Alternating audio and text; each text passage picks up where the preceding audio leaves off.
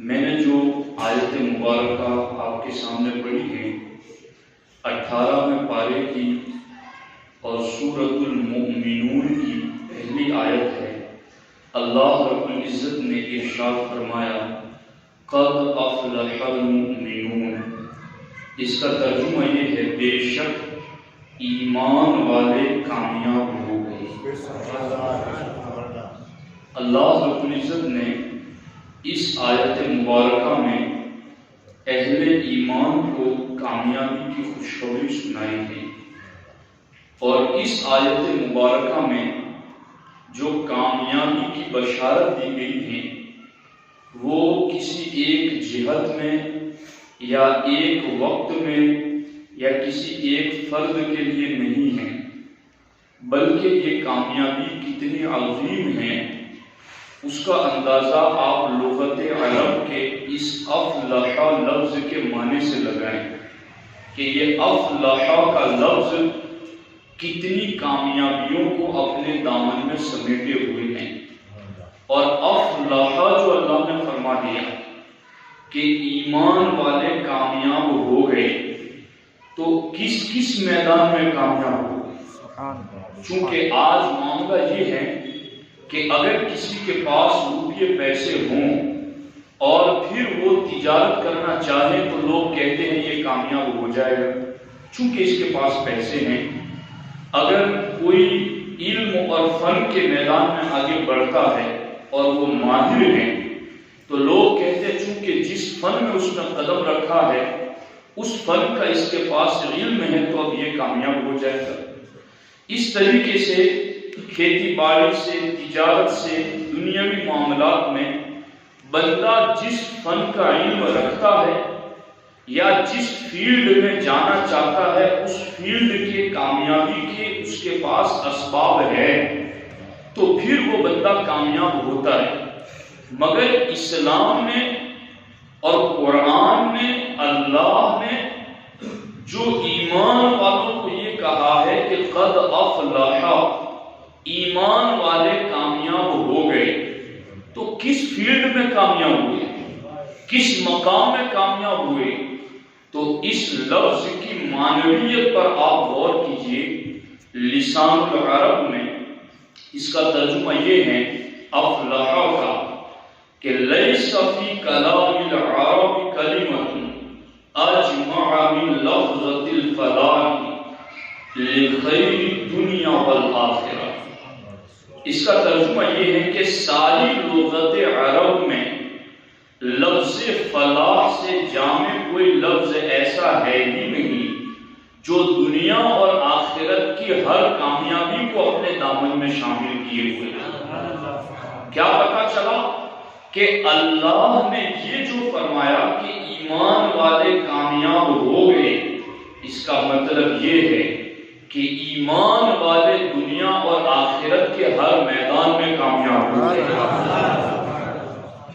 یہ ہے اس کا مطلب۔ تو اب ہمیں اندازہ ہو جانا چاہیے کہ ہمارے پاس اتنی بڑی نعمت ہے۔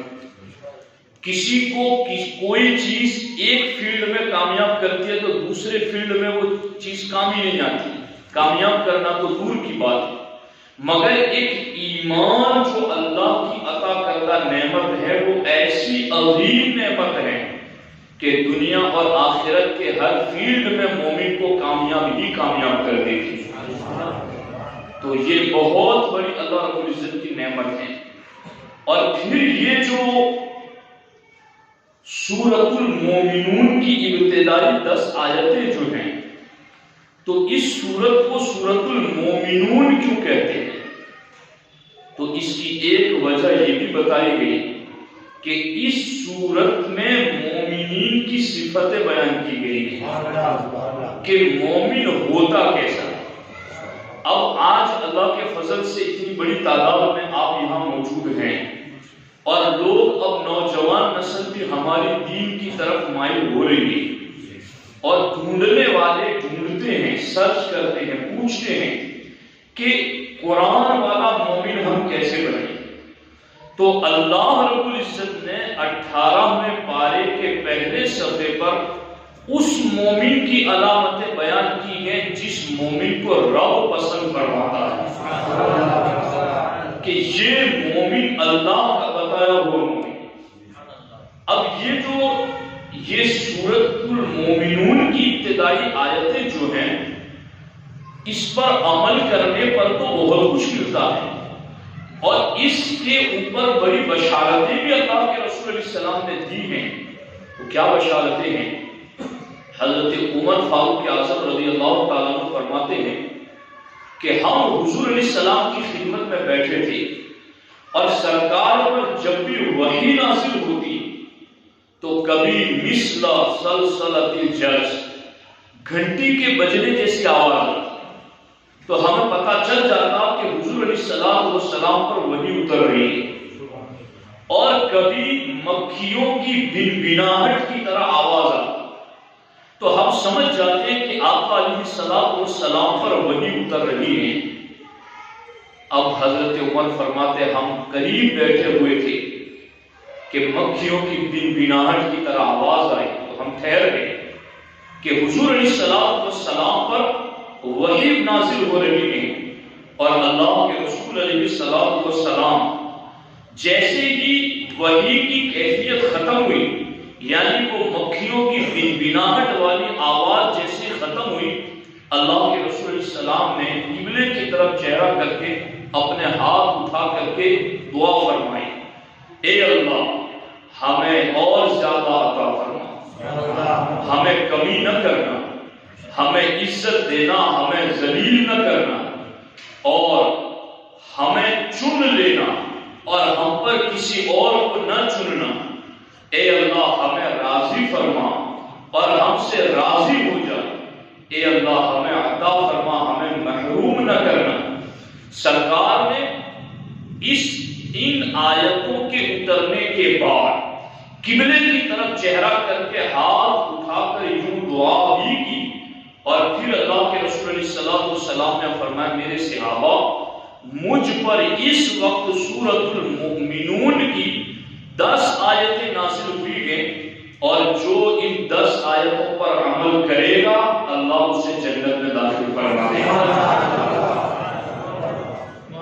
تو یہ 10 آیتیں کتنی اہم ہیں، اور اس سلسلے میں کہ ان 10 آیتوں پر عمل کرنے سے جو اللہ کے رسول علیہ السلام نے فرمایا کہ اللہ جنت عطا فرمائے گا، اس پر مزید بشارتیں بھی ہیں۔ تفسیر در منصور اور دیگر تفاسیر میں یہ روایت لکھی ہوئی ہے کہ حضرت امام عبد الرزاق حضرت کعب احبار سے نقل کرتے ہیں کہ اللہ تبارک و تعالی نے اپنے دستے قدرت سے صرف 3 چیزوں کو پیدا فرمایا۔ دستے قدرت مانے اللہ کا ہاتھ، جیسا کہ اس کی شان کے لائق، ہمارے ہاتھ کی طرح نہیں، جیسا کہ اس کی شان کے لائق۔ اللہ نے اپنے دستے قدرت سے صرف 3 چیزوں کو پیدا فرمایا۔ پہلا، حضرت آدم علیہ السلام کو پیدا فرمایا خلقتہ بیدی، میں نے آدم کو اپنے دستے قدرت سے پیدا فرمایا۔ اور دوسری چیز، اللہ تعالیٰ نے تورات کو اپنے دستے قدرت سے لکھا۔ اور تیسری چیز یہ کہ اللہ نے جنت العدن کو اپنے دستے قدرت سے پیدا فرمایا۔ اب یہ جنت العدن 7 جنتیں ہیں، اس میں ایک جنت العدن ہے، اور اس جنت العدن کو اللہ رب العزت نے جو اپنے دستے قدرت سے پیدا فرمایا، اس جنت العدن کو اللہ رب العزت نے کیا شان عطا فرمائی کہ جنت العدن کو پیدا فرمایا تو اس کے درختوں کے پھل لٹکنے لگے، قطوفھا دانیہ۔ یہ باغ جن کے ہوتے ہیں ان میں وہ باغ مالی کو اس وقت بڑے اچھے لگتے ہیں جب پھل لٹک لٹک کر نیچے آ جائیں، تو وہ منظر بھی خوبصورت ہوتا ہے اور وہ مال بھی بڑا عزیز ہوتا ہے کہ یہ مال اتنا زیادہ درختوں پر آ گیا کہ لٹک گئے خوشی۔ اور منظر بھی بڑا خوبصورت لگتا ہے. تو جنت العدن کو اللہ رب العزت نے پیدا فرمایا اور اس کے درختوں کے پھل لٹکنے لگے اور پھر اللہ رب العزت نے اس میں نہریں جاری کی. اور پھر جنت العدن کا معاملہ یہ ہے کہ جنت العدن کو اللہ نے سفید موتیوں سے، سرخ یعنی لال یاقوت سے، سبز زمرد کی اینٹوں سے بنایا اور اس کا لیپ کستوری کا ہے اور اس کی گھاس زعفران کی ہے اور اس کے سنگریزے موتی ہیں اور اس کی مٹی عنبر ہے. اللہ رب العزت نے ایسی جنت العدن اپنے دست قدرت سے پیدا فرمائی اور جب پیدا کر دی تو اللہ نے جنت العدن سے فرمایا اے جنت العدن اب تو کلام کر، اب تو بول، تو گفتگو کر. تو آپ جانتے ہیں جنت العدن میں جسے اللہ نے اپنے دست قدرت سے بنایا اور بنا کر اس میں اتنی نعمتیں رکھی اور رب کے حکم پر جنت العدن نے پہلا کلام کیا تو یہ کیا قد افلح المؤمنون، ایمان والے کامیاب ہو گئے. جنت العدن نے یہ کہا کہ ایمان والے کامیاب ہو گئے. اور دوسری روایت میں یہ ہے کہ جب اللہ رب العزت نے جنت العدن کو پیدا فرمایا تو خود اللہ نے فرمایا قد افلح المؤمنون، ایمان والو تم کامیاب ہو، تمہیں میں نے ایسا ٹھکانہ عطا کر دیا، تمہارے لیے میں نے ایسی نعمتیں عطا کر دی. اور اسی پر بس نہیں ہے بلکہ جب اللہ رب العزت نے جنت العدن کو پیدا فرمایا اور جب اس جنت العدن میں فرشتے داخل ہوئے تو فرشتے کیا کہنے لگے؟ فرشتے کہنے لگے واہ واہ یہ تو بادشاہوں کا ٹھکانہ ہے، یہ تو بادشاہوں کا مقام ہے. اور وہ بادشاہ کون ہے؟ وہ بادشاہ مومنون ہیں، ایمان والے. تو اب اس پر آپ دیکھیں کہ جنت العدن ان تین چیزوں میں سے ایک ہے جسے اللہ نے اپنے دست قدرت سے پیدا کیا اور نعمتیں کتنی رکھی اس میں اللہ رب العزت نے. اور پھر اس جنت العدن نے بھی کلام کیا تو قد افلح المؤمنون، رب نے بھی کلام کیا تو قد افلح المؤمنون. فرشتوں نے بھی جنت العدن کو دیکھا تو اس میں رہنے والوں کو بادشاہ قرار دیا، انہیں شاباشی دی، واہ واہ کہا انہیں. تو پھر اندازہ لگ جانا چاہیے کہ جنت العدن اللہ کی کتنی بڑی نعمت ہے اور یہ نعمت اسے ملے گی جو ایمان والا ہوگا. اب دیکھو کتنی قیمتی چیز ہے ایمان، جو ایک جھوپڑی میں بیٹھے ہوئے بندے کو جنت العدن کا مالک بنا دیتی، اس کا وارث بنا دیتی، کہاں سے کہاں تک لے جاتی. اب میں آپ کو جو بات سمجھانا چاہتا ہوں آج کے اس سنی اجتماع میں وہ خاص یہ ہے کہ ایسے ایمان کی آج لوگوں کو قدر نہیں اور ایسے ایمان کے حوالے سے لوگ بے فکر ہیں. ہم نے اتنا تو دیکھا ہے اگر کسی انسان کے دونوں جیب میں 50,000 روپے ہو اور بھیڑ سے اسے نکلنا ہو تو وہ لاپرواہی سے نہیں نکلے گا، وہ بے توجہی سے نہیں نکلے گا، وہ غفلت میں سستی میں وہاں سے پار نہیں ہوگا، بلکہ دونوں ہاتھ جیب میں ڈال کر دونوں ہاتھوں سے پیسوں کی گڈی پکڑ کر خوب سٹ سٹا کر کے چاروں طرف نظر رکھ کر کے چوکنا رہ کر کے تیز تیز قدموں سے جتنا جلدی ہو سکے اس بھیڑ سے نکل جائے. تو جس دنیا کی پھوٹی کوڑی کی اتنی ویلیو ہے ہمارے نزدیک تو ایمان تو ہمیں جنت العدن عطا کرے گا. تو پھر اس ایمان کی کتنی فکر ہونی چاہیے. ہم یہ پیسے جیب میں رکھ کر سر عام لوگوں کے سامنے نہیں گرتے، باہر نہیں نکالتے، کوئی پیچھا نہ کرے، کوئی لوٹ نہ لے، کوئی کسی کو میرے پیچھے نہ لگا دے۔ یہ ساری احتیاط ہمیں دنیا کی معمولی قیمتی چیز کے لیے تو سمجھ آتی ہے، مگر ایمان انمول ہے، ایمان کی دنیا کوئی قیمت نہیں لگا سکتی۔ اس ایمان کے لیے لوگوں کو کوئی فکر ہی نہیں، کہاں بیٹھیں گے تو ایمان چلا جائے گا، کیا بولیں گے تو ایمان چلا جائے گا، کیا کھائیں گے تو ایمان چلا جائے گا، کس بات پر کیا تبصرہ کریں گے تو ایمان کمزور ہو جائے گا، اور کس کے بارے میں کیا کلام کریں گے تو ایمان کمزور ہو جائے گا۔ ہمیں اس کی کوئی فکر نہیں ہے۔ تو ساتھیوں، سنی اجتماع اسی لیے منعقد کیا جاتا ہے کہ اہل ایمان کو ایمان کا احساس دلایا جائے کہ ایمان کتنی قیمتی چیز ہے۔ اب اس سلسلے میں آپ کو چند باتیں وہ بتانا چاہتا ہوں کہ جس کی وجہ سے ایمان ختم ہو جاتا ہے۔ پہلے تو اس چیز کو آپ یاد رکھ لیں، دھیان سے سنیں، ایمان کہتے کسے؟ التصدیق بما جاء به النبی صلی اللہ تعالی علیہ وسلم۔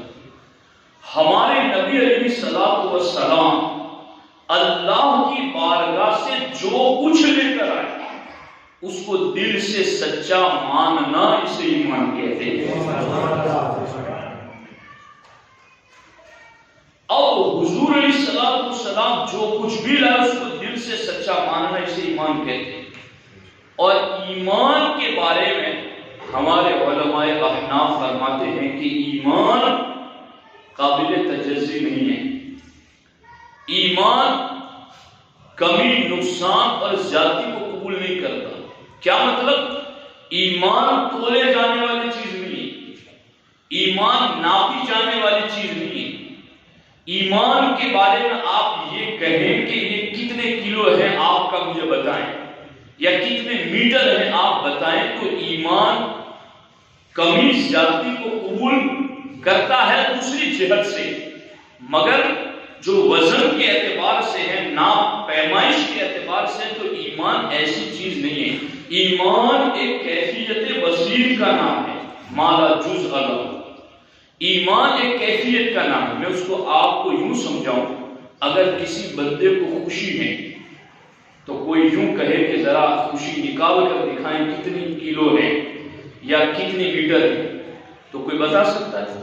کوئی غم میں ہے اور آپ کہیں کہ ذرا اس کا غم تول کر دیکھیں یا ماپ کر دیکھیں کہ کتنا ہے، تو کوئی بتا سکتا ہے؟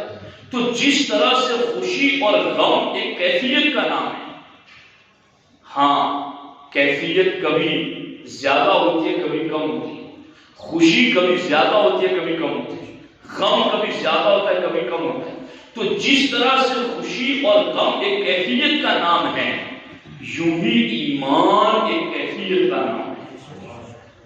ایمان میں زیادتی اور کمی کیفیت کے اعتبار سے ہوتی ہے، اور جتنی بھی قرآن کی آیتیں ہیں وزادتہ ایمانہ کے حوالے سے، کہ ان آیتوں کی تلاوت نے ایمان بڑھا دیا، ایمان زیادہ ہو گیا، اس سے یہی مراد ہے کہ کیفیت ایمان میں ترقی ہوگی، کیفیت ایمان بڑھ گئی۔ اب یہ گہری باتیں مجھے کرنے کی ضرورت اس لیے پڑی آپ کے سامنے کہ ہمارے پاس اگر کوئی ایسی چیز ہو جس کو وزن کیا جا سکے، تولا جا سکے اور ماپا جا سکے، اگر وہ ہمارے پاس سے کہیں چلی جائے، چوری ہو جائے یا دور ہو جائے، تو ہمیں پتہ چلتا ہے کہ یہ چلی گئی، تو ہم اس کی فکر کر لیتے ہیں کہ یار چلی گئی یہ چیز، اب اس کو کیسے واپس لایا جائے۔ مگر جس چیز کو تولا اور ناپا نہ جا سکے، وہ جائے گی تو پتہ بھی نہ چلے گا، تو اس کی فکر کتنی زیادہ ہونی چاہیے کہ اس بارے میں تو تمہیں اور زیادہ چوکنا رہنا چاہیے کہ یہ تو جاتی ہے تو پتہ نہیں چلتا۔ تو جو چیز تولی ناپی جانے والی ہو تو وہاں تو ہمیں پتہ چل جاتا ہے کہ یہ چیز میری گم ہو گئی، تو آدمی فکر کرتا ہے کہ چلو گم ہو گئی تو اس کو لایا جائے۔ مگر ایمان کے بارے میں ایسا نہیں کہ جب تک مومن تھا تو یہ 50 کلو کا تھا اور اب ایمان نکل گیا تو 5 کلو کم ہو جائے گا تو وہ وزن کر کے دیکھ لیں گے کہ ایمان نکل گیا، ایسا تو ہے نہیں۔ یا ایمان تھا تو یہ 5 فٹ کا تھا اور ایمان چلا گیا تو 4 فٹ کا رہ گیا تو ہمیں پتہ چل گیا کہ ہمارا ایمان چلا گیا۔ اگر ایسا ہوتا تو ہمیں احساس رہتا اور فکر مزید رہتی، مگر اس میں تو فکر اور زیادہ کرنی چاہیے کہ یہ تو چلا بھی جاتا ہے اور پتہ بھی نہیں چلتا، تو پھر پہرا دینے کی کتنی سخت ضرورت ہے۔ اس لیے ساتھیوں سارا مدار ہی ایمان پر، اور پھر یہاں بات آئی تو میں عرض کر دوں کہ ہمارا ایمان بھی اس حیثیت سے بڑا اونچا ہے کہ ہمیں اللہ نے ایمان بالغیب عطا فرمایا ہے، اس حیثیت سے، ورنہ درجے کے اعتبار سے، فضیلت کے اعتبار سے صحابہ کی ایمان کو ہم نہیں پہنچ سکتے، مگر ایمان بالغیب کی اس جہت میں اللہ کے رسول علیہ السلام نے بعد والوں کی بھی فضیلت بیان کی ہے۔ تو ہم ایمان لائے ہیں بالغیب کا مطلب بن دیکھے، ہم نے اللہ کو نہیں دیکھا مگر ہم مانتے ہیں کہ وہ وحدہ لا شریک ہے۔ ہم نے تو اپنے نبی کو بھی اپنے سر کی آنکھوں سے نہیں دیکھا مگر ہم انہیں رسول اللہ بھی مانتے ہیں، خاتم الانبیاء بھی مانتے ہیں۔ ہم نے ملائکہ کو، فرشتوں کو نہیں دیکھا پھر بھی ہم ان پر ایمان لائے، ہم نے اگلے نبیوں کو نہیں دیکھا پھر بھی ہم ان پر ایمان لائے، ہم نے اگلی آسمانی کتابوں کو نہیں دیکھا پھر بھی ہم ان پر ایمان لائے۔ اسی طریقے سے ہم مرنے کے بعد والی زندگی کو ہم نے دیکھا نہیں پھر بھی ہم اس پر ایمان لائے۔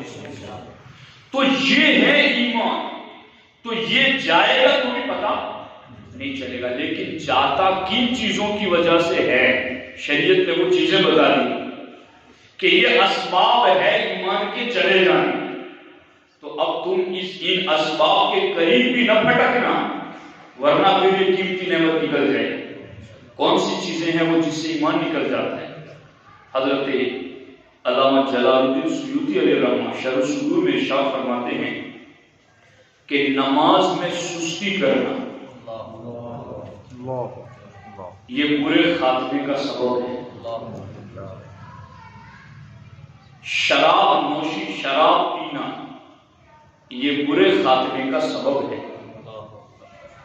والدین کی نافرمانی کرنا یہ برے خاتمے کا سبب ہے، اور مسلمانوں کو تکلیف دینا یہ برے خاتمے کا سبب ہے۔ حضرت ایک عظیم بزرگ ہیں جن کے شاگرد کا انتقال ہوا اور ان کے شاگرد کے انتقال کے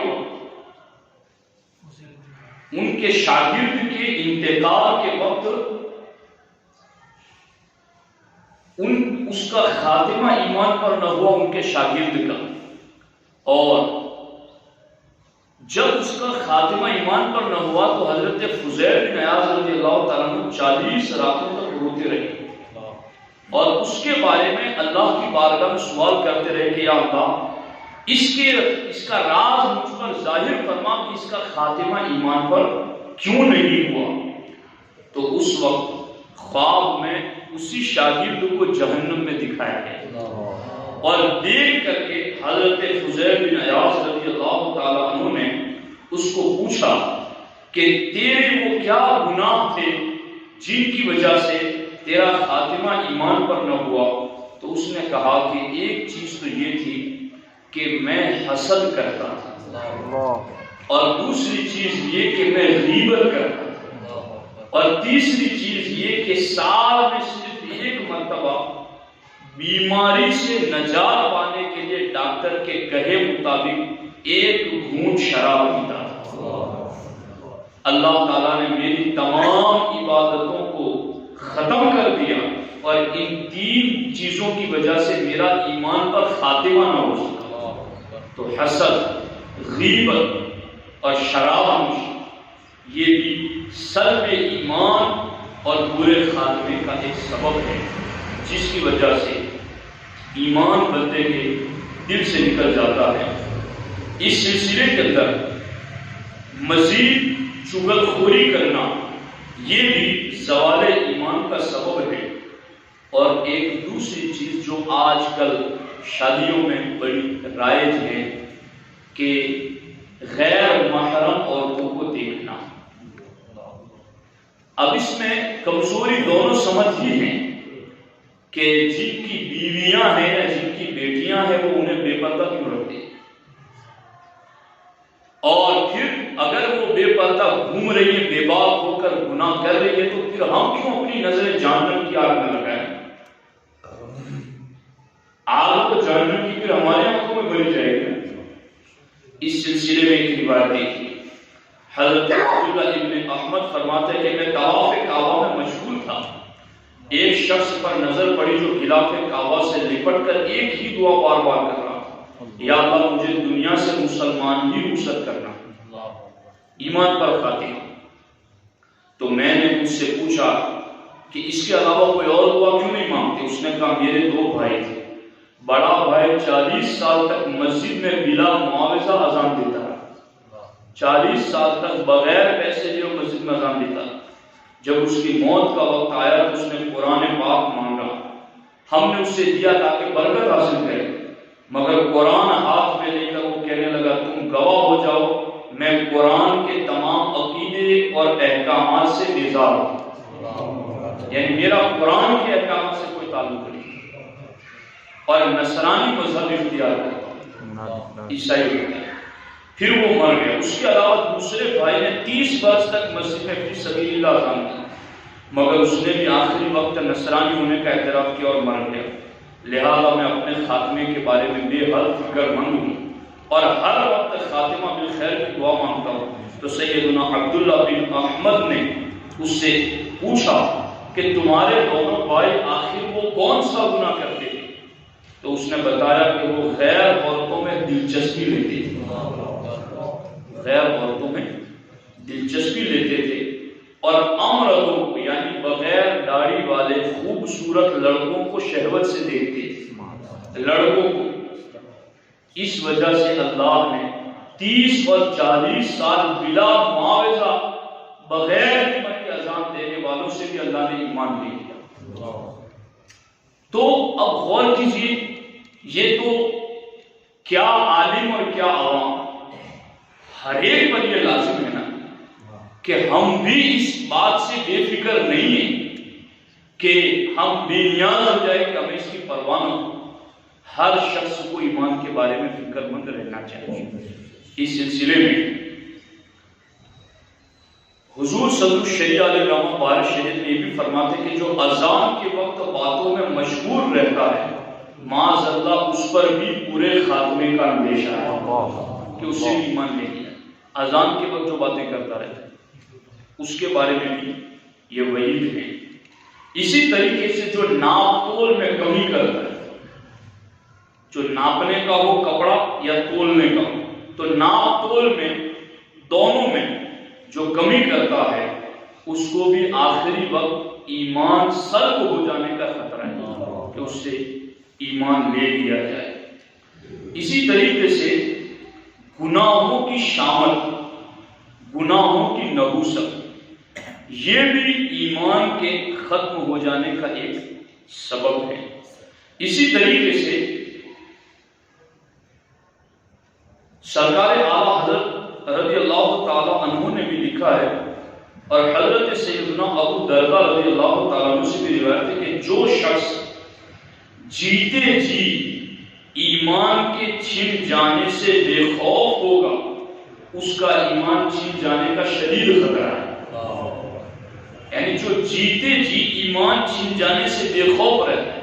کہتے ہیں نا کئی لوگ کہ مولانا ہم تو بڑے پکے سنی ہیں جی، ہم کسی کے پاس بیٹھیں گے تو تھوڑے ہمارا ایمان چھپ تو دیکھتے اس کو کیا کہتا ہے۔ تو آپ تحقیق اور بیٹھیں گے اور یہ کریں گے تو کیسے ہوگا کام؟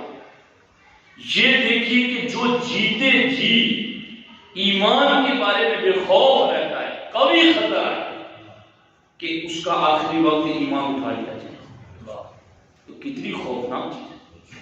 تو اس لیے ہمیں اس بارے میں ہمیں کہا گیا قد افلح المؤمنون، اللہ نے جنت العدن اپنے دستے قدرت سے پیدا فرمائی، اور کیسی نعمت ہے وہ جنت کہہ رہے ایمان والو تم کامیاب ہو، رب فرمائے ایمان والو تم کامیاب ہو، فرشتے کہیں ایمان والے تم تو بادشاہ ہو، تو پھر اس اس ایمان کی حفاظت کی کتنی سخت ضرورت ہے۔ تو جو چیزیں زوال ایمان کا سبب ہے، جو چیزیں برے خاتمے کا سبب ہیں، ان چیزوں سے ہمیں بچنا ہے۔ نماز میں سستی کرنا، غیر محرم عورتوں کو دیکھنا، شراب نوشی کرنا، حسد کرنا، چغل خوری کرنا، زنا کرنا۔ یہ زنا کے بارے میں بھی حدیث ہمارے نبی علیہ السلام فرماتے ہیں کہ جب بندہ زنا میں مبتلا ہوتا ہے تو ایمان اس کے دل سے نکل جاتا ہے۔ تو ایسی حدیث اگر جمع کی جائے تو ایک لمبی فہرست ہے کہ کیا کام کرنے سے ایمان نکل جاتا ہے۔ تو یہ مختلف اسباب میں نے آپ کی خدمت میں عرض کیے کہ جن کی وجہ سے ایمان نکل جاتا ہے۔ اب بات اس پر مکمل نہیں ہوگی جب تک کہ ایمان کی حفاظت کا کوئی وظیفہ آپ کو نہ بتا دیا جائے کہ پھر اس ایمان سے اتنی قیمتی چیزیں تو جنت تک اگر پہنچاتی ہے تو پھر اس کی حفاظت کا بھی تو کوئی بندوبست ہونا چاہیے۔ تو سرکار اعلیٰ حضرت سے ایک شخص نے پوچھا کہ ایمان پر خاتمہ بالخیر کے لیے دعا کا تعلیم، یعنی حضرت امام اہل سنت آپ دعا فرما دیں کہ میرا خاتمہ ایمان پر ہو۔ تو سرکار اعلیٰ حضرت نے اس کے لیے دعا بھی کی، اور پھر سرکار اعلیٰ حضرت نے ارشاد فرمایا کہ روزانہ 41 بار صبح کو یا حی یا قیوم لا الہ الا انت اول آخر درود شریف پڑھیں، اور سوتے وقت اپنے سب ورد وظائف کے بعد آخر میں سورۃ الکافرون پڑھ کر سوئیں، یعنی آخری کلام اس کا سونے سے پہلے سورۃ الکافرون ہو، اور 3 بار صبح اور 3 بار شام اس دعا کا ورد کریں، اللہم انا نعوذ بک من ان نشرک بک شیئا نعلمہ ونستغفرک لما لا نعلم۔ اس وظیفے کو صبح اور شام 3 مرتبہ پڑھیں، اور بسم اللہ علی دینی، بسم اللہ علی نفسی و قلبی و اہلی و مالی، صبح و شام 3 بار پڑھیے، دین، ایمان، جان، مال، بچے سب محفوظ رہیں گے۔ یہ اعلیٰ حضرت رحمۃ اللہ تعالیٰ علیہ نے فرمایا۔ اس لیے ساتھی قد افلح المؤمنون، ایمان والے کامیاب ہو گئے۔ تو پھر اس ایمان کی فکر کا جو وظیفہ ہے اس پر عمل کیجیے، اور ایمان نکل جانے کے جو سبب ہیں کہ یہ چیزوں سے ایمان نکل جاتا ہے، اس سے اپنے آپ کو بچانے کی کوشش کیجیے۔ ہر اجتماع میں ایک وظیفہ اخیر میں بتاتا ہوں، تو ایک وظیفہ حضرت سیدنا نظام الدین اولیاء رضی اللہ تعالیٰ عنہ فرماتے ہیں کہ اگر کوئی مشکل پیش آئے تو سورہ فاتحہ 40 مرتبہ پڑھے، اور اس طرح پڑھے کہ بسم اللہ الرحمن الرحیم کی میم کو الحمد کی لام میں ملا، بسم اللہ الرحمن الرحیم الحمد للہ رب العالمین۔ اس طرح 40 مرتبہ پڑھے، اور ہر مرتبہ آخر میں 3 بار آمین کہو، انشاءاللہ تمہارا مقصد ضرور حاصل ہوگا۔ تو اس وظیفے پر عمل کریں۔ اللہ رب العزت مجھے آپ کو سب کو عمل کی توفیق عطا فرمائے۔ آئندہ سنی اجتماع میں بھی آپ ضرور حاضر ہوئے، ضرور شرکت فرمائیں۔ اسی طرح کی قیمتی، اہم اور ضروری باتیں آپ تک پہنچائی جائیں گی۔ اس دعوت کو اپنے دوست احباب تک بھی پہنچائیں۔ السلام علیکم ورحمۃ اللہ۔